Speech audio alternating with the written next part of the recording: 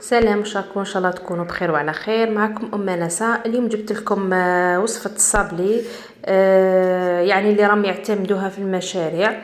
وصفه بلا بيض. فيها لهنايا عندنا، نبداو بالمقادير. عندي لهنايا 500 غرام تاع زبده تكون بدرجه حراره الغرفه. سي نورمال ما تجبدوهاش بالفريجيدير، ديروها بارده.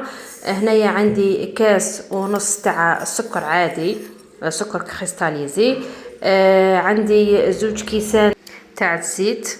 دوك نوريكم يعني الكاس اللي عبرت به، اللي تعبروا به كملوا كامل عبروا به المقادير. كما قلت لكم هنا 2 كيسان تاع الزيت، نزيدوا له كاس تاع ماء عادي، ماء من روبيني عادي، يعني ما هو بارد ما هو سخون. هذا هو الكاس اللي عبرت به كامل المقادير.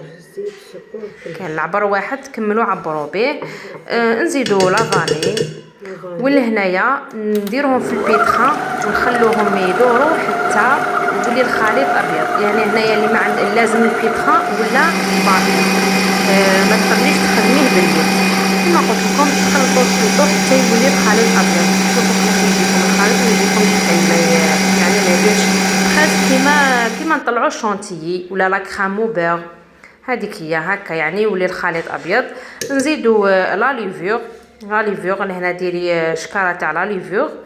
ومن بعد نبداو نضيفوا في الفرينه. ولهنايا قبل ما كي تبداي تضيف الفرينه، اقسمي يعني العجينه تاعك. الا حبيتي ديريها شوكولا نحي شويه وديري لها، زيدي لها 2 مغارف تاع الكاكاو. الا حبيتيها فخاز زيدي الاكستري تاع الفخاز. يعني كل وحده واش تحب الصابلي اللي حبت ديرو. انا لهنا قسمت العجينه. لهنايا درت 2 مغارف تاع كاكاو، والعجينه الاخرى درتها عطر الفراوله، والباقي اللي بقات خليتها بيضه. يعني الذوق اللي حبيتيه ديريه. ومن بعد تلمي العجينه تاعك، يعني تبداي تزيدي في الفرينه حتى تنضم لك العجينه تكون طريه. العجينه تاع الصابلي طريه.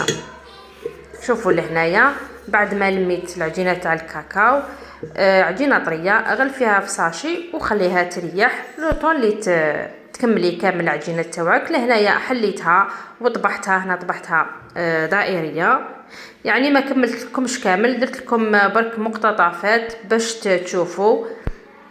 يعني عادي الصابلي كما متعودين نديروه. ومن بعد ديريه الفوغ يطيب. ومن بعد احشيه بلا كريم تاعك ولا بالمعجون ولا واش حبيتي.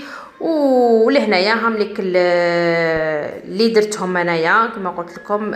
ديت لكم مقتطفات برك. لهنايا هذه تاع الشيكولا اللي درتو. ونقول لكم ما تنسونيش بالجيم وابوني في لاباج وفعلوا الجرس باش يحقكم جديد. في الملتقى ان شاء الله مع وصفات